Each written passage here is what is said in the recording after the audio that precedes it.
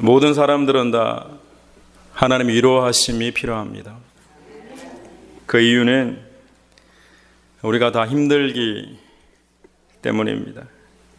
고난도 없고 슬픔도 없는 사람은 세상에 아무도 없습니다. 그래서 모든 사람들은 자기들만의 위로를 찾아서 그렇게 살아갑니다. 술에 의지하는 사람도 있고 약물에 의지하는 사람들도 있고 또 다른 것들에 의지하며 나름 위로를 받으며 그렇게 살려고 합니다. 거짓된 위로라는 것을 뻔히 알면서도 순간을 위해 그 아쉬움 때문에 위로를 찾아가는 것이 인간들입니다. 어쩌면 그만큼 우리 삶에 위로가 절실하게 필요할지 모릅니다. 여러분은 어떤 위로를 경험하며 살아오셨고 또 살고 계십니까? 우리가 누군가를 위로할 수 있는 사람이면 참 좋겠지만 우리가 누구를 위로할 수 있는 사람이 아닙니다. 실제는 하나님을 바라볼 수 있도록 돕는 게 우리 역할의 전부입니다. 저와 여러분이 그 누군가를 위로할 때 내 의로 하는 것이 아니라 하나님을 바라볼 수 있도록 도와주는 그런 저와 여러분 되시기를 축원합니다. 여러분, 거짓된 위로에 빠져들면 참된 위로를 경험하지 못합니다. 성령께서 우리 안에 비추시면 참과 거짓을 구별하게 하시는데 지금 우리에게 임하는 위로가 하늘로부터 오는 위로인지 아닌지를 구별하게 하시는 것입니다. 여러분, 지금 이 시간 하늘로부터 임하는 위로가 저와 여러분 가운데 임하기를 축원합니다. 오늘 본문에 보시면 내 백성을 위로하라고 하십니다. 이 말씀 자체가 얼마나 큰 은혜가 되는지 모릅니다. 내 백성이라고 하시는 거죠. 전능하신 하나님이 저와 여러분을 내 백성 삼아 주신 것입니다. 하나님은 하나님의 백성들을 버리지 않으시고 위로하시기를 원하시는 하나님이십니다. 여러분, 이사야서가 66장으로 되어 있습니다. 39장까지 심판에 대해서 기록하고 40장부터 66장까지 구원에 대한 이야기입니다.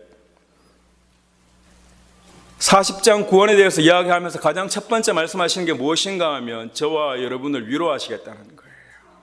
여러분, 구원받은 백성, 저와 여러분 가운데 하나님이 위로하심이 함께 하시기를 축원합니다. 마태복음 14장에 보면 풍랑 위를 걸어오시는 예수님의 기사를 알 수 있습니다. 풍랑 위를 걸어오시는 거예요. 이 사건은 제자들만이 겪은 사건이 전부가 아니라 우리들의 삶을 이야기하고 있습니다. 무엇이 보이는가 하는 것입니다. 여러분의 삶 가운데 무엇이 보이는가 하는 거예요. 예수님이 보이는 사람도 있고 풍랑만 보이는 사람도 있습니다. 풍랑이 너무 크게 보이면 예수님이 보이지 않습니다.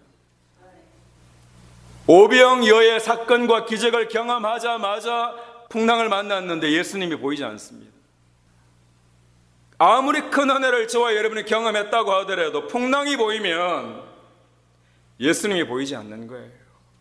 예수님의 제자들이 예수님을 귀신인 줄 알았습니다. 우리들도 마찬가지입니다. 우리 인생 가운데 때로는 주님이 보이지 않습니다. 풍랑만 보이는 거죠. 풍랑만 보면 작은 소리에도 호들갑입니다. 누가 여러분에게 뭐라고 하면 참지 못하는 거예요. 조그마한 어려움에도 죽을 것처럼 이야기합니다. 가만히 생각해 보면 별것도 아니에요. 성령 하나님의 위로하심에 저와 여러분과 임하기만 하면 별것도 아니에요. 풍랑이 너무 크게 보이기 때문입니다. 풍랑만 보이면 두려움에 사로잡히고 그래서 죽을 것 같다고 합니다. 그런데 우리가 기억해야 할 것이 있습니다. 우리 주님이 풍랑 위로 걸어오시는 것입니다. 주님이 보여지기를 축원합니다. 예수님 우리 삶의 풍랑을 잠잠케 하시기를 원하시는 분, 보여야 됩니다.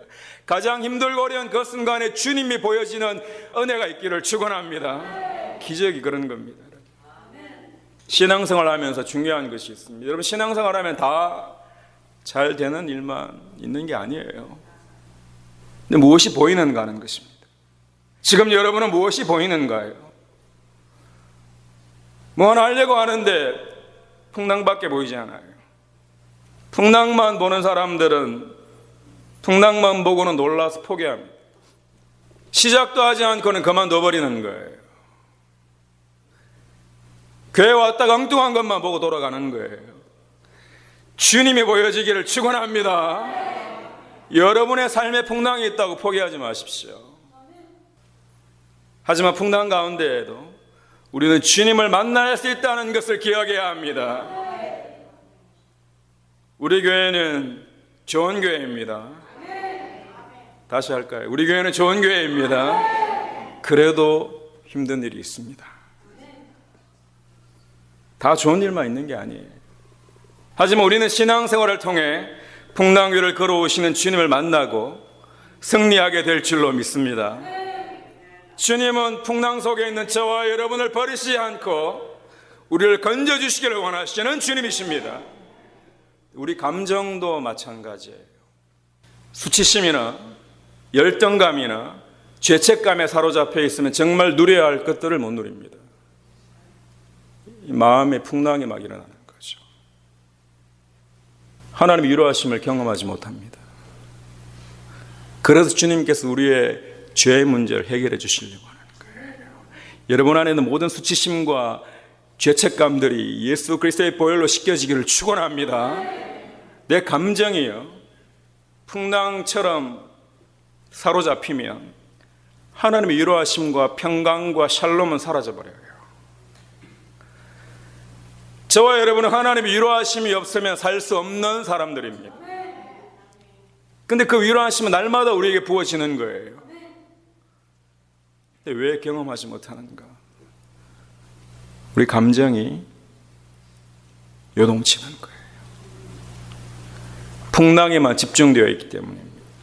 오늘 본문 4절 말씀 보시면 골짜기마다 도두어지며 산마다 언덕마다 낮아지며 고르지 아니한 곳이 평탄하게 되며 험한 곳이 평지가 될지니라. 이거 우리 마음을 표현한 겁니다. 이거 우리 마음이에요. 여러분과 제 마음에 골짜기가 있는 거예요.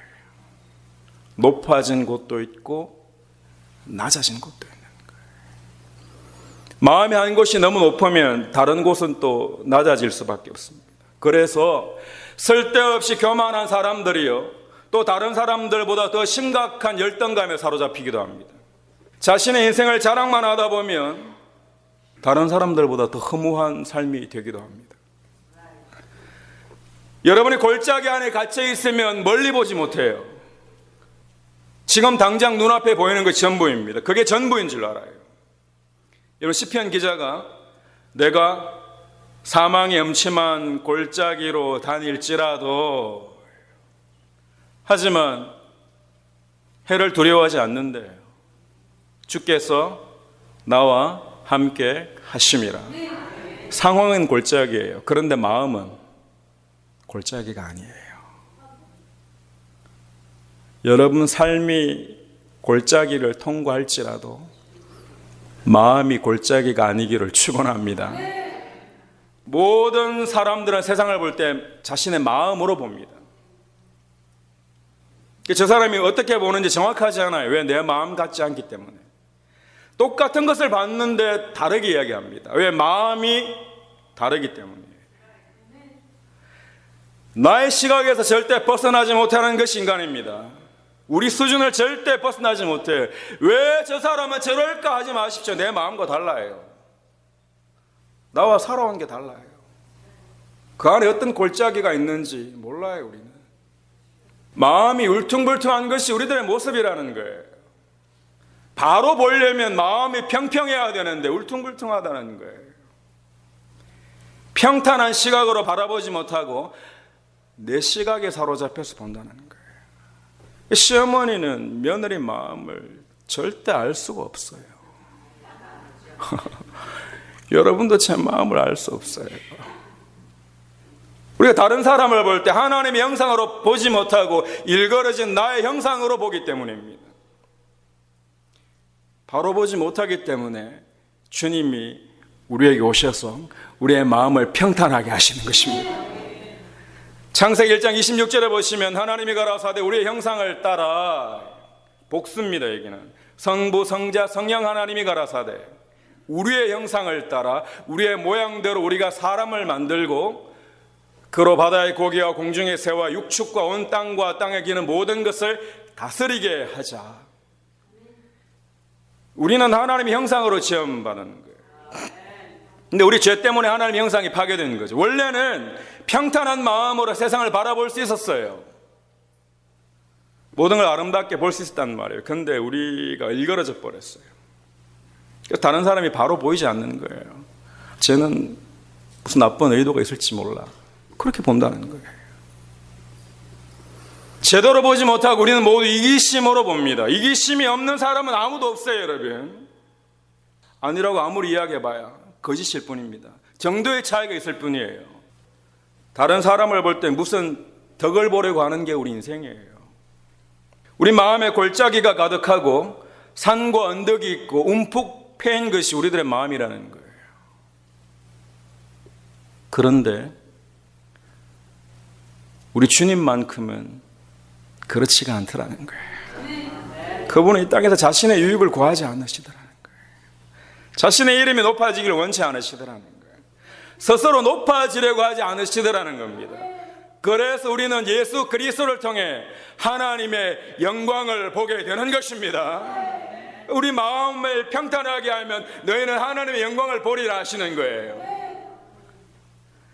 하나님의 형상으로 지음받았는데 특징이 몇 가지가 있는데 그 중에 한 가지만 소개하겠습니다. 한 가지는 무엇인가 하면 다스리는 능력을 저와 여러분에게 주신 거예요. 모든 것을 다스리게 하자 하시고, 우리가 하나님의 형상으로 지음받았다는 것은 저와 여러분에게 다스릴 수 있는 능력이 있다는 거예요. 여러분 잘 다스리기를 축원합니다. 성령 하나님 우리와 함께 하시면 뭘 다스리나요?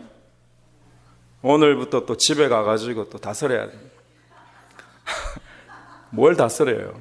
여러분의 마음을 다스리고 여러분의 관계를 다스리기를 축원합니다. 사단은 지배해서 다스리라고 하고 하나님은 낮아짐으로 섬기라고 하시는 거예요. 예수 그리스도의 이름으로 저와 여러분의 마음이 다스려지기를 축원합니다. 사랑하는 성도 여러분, 골짜기는 우리 인생의 상처들을 의미합니다. 상처 없으신 분 계신가요? 아니면 아직도 자다가 벌떡 일어나서는 그 아픔 때문에 잠을 이루지 못하고 계시진 않나요? 아픈 상처들로 패어진 마음들이 새살이 돋듯이 돋아나야지 됩니다. 그게 메인 인생이 아니라 예수 그리스도 안에 자유를 누리기를 축원합니다. 상처난 마음의 골짜기들이 메워질지어다. 골짜기가 너무 많은 마음은 어두운 마음입니다. 마음이 어두우면 다 어둡게 보여요. 다 어둡게 보인다고요. 제가 우리 집인데 갑자기 낯설게 보이는 거예요. 알고 봤더니 그동안 한 번도 켜지 않은 조명을 켜놓은 거예요. 우리 마음에 주님의 빛이 들어오면 세상이 달라 보입니다. 이 시간 하나님의 빛이 저와 여러분의 마음에 있는 어두움을 몰아내어 주시기를 축원합니다. 더 이상 매이지 않았으면 참 좋겠습니다. 하나님 위로하심이 여러분의 마음의 골짜기들을 치유해 주시기를 주님의 이름으로 간절히 축원합니다. 괜찮습니다, 여러분. 내가 다 지고 가야 되는 삶의 무게가 아니에요. 여러분이 다 할 수 있다고 착각하지 마십시오. 전능하신 하나님이 우리의 삶을 책임져 주실 것입니다. 평탄한 마음이 되라고 하시는 거예요. 작은 산마다 낮아진다고 하시는데 작은 산은 우리 자신도 모르게 교만해진 마음입니다. 우리 마음이 때로는 교만해집니다. 교만해지면 하나님의 위로하심을 경험할 수가 없어요. 다른 사람보다 내가 조금 높아지면 기쁨이 되고 위로가 될 줄 알았는데 정말 높아져 보니 그게 가짜 위로라는 걸 알게 되는 거예요. 해보니 알게 되는 거예요. 너무 늦게 깨달으면 안 돼요, 여러분. 더 늦기 전에 알아야 됩니다.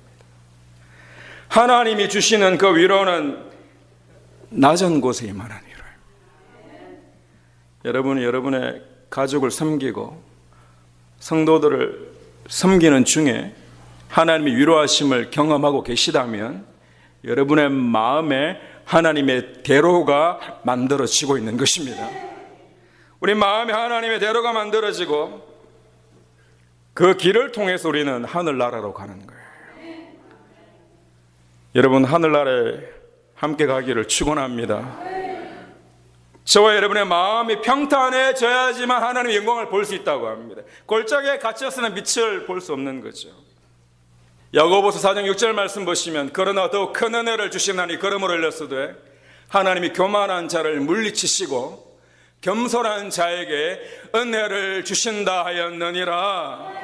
하나님의 은혜가 지금 이 시간 저와 여러분 가운데 흘러넘치기를 축원합니다. 하나님 나를 낮춰주시니 감사합니다. 제가 정말 별것도 아닌데 높아질 때가 있거든요. 근데 하나님은 낮춰주세요. 얼마나 감사한지 몰라요. 근데 낮아질 때 아픕니다, 여러분. 낮아지고 나면 괜찮은데 낮아질 때 아파요.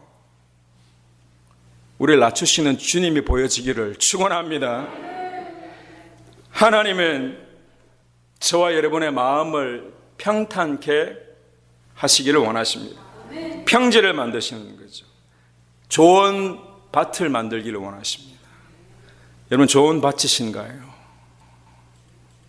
저와 여러분의 마음이 하나님 위로하심을 가득 담을 수 있는 그런 평탄한 마음이 되기를 축원합니다. 오늘 본문 3절에 보시면 외치는 자의 소리에 이르되 너희는 광야에서 하나님의 길을 예비하라. 사막에서 우리 하나님의 대로를 평탄하게 하라고 하십니다. 광야에서 여호와의 길을 예비하라는 거예요. 광야는 인생입니다. 인생이 고난이에요, 때로는.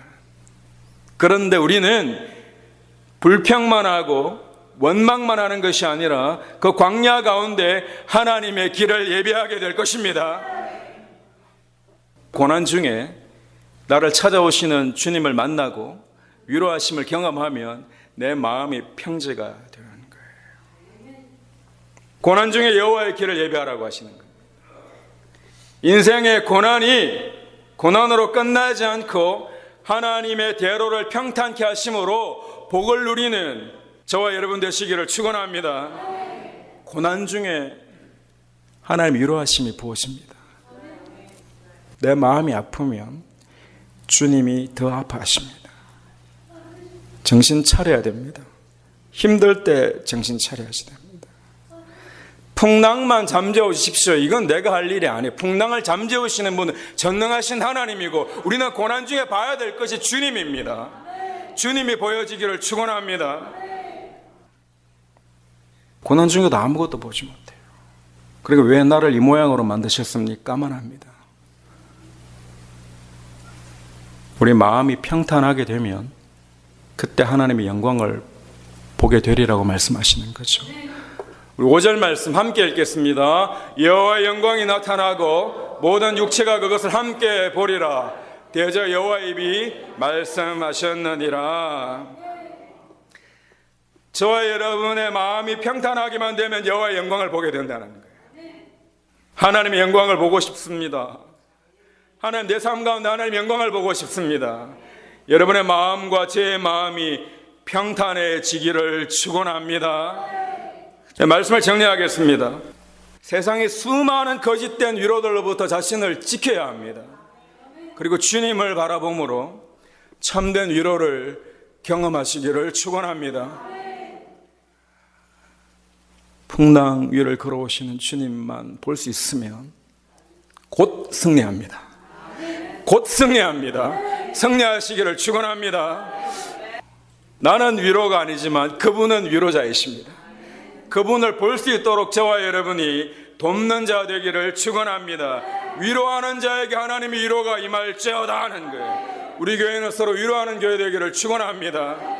저와 여러분의 마음의 골짜기들이 다 메워지고 상처들이 다 치유되고 우리가 손을 잡고 하나님의 영광을 바라보는 그 날을 상상하며 예배 드리기를 축원합니다. 광야 같은 세상 가운데 하나님의 영광을 경험하는 저와 여러분과 우리 교회 되기를 주님의 이름으로 간절히 축원합니다. 우리 함께 일어나셔서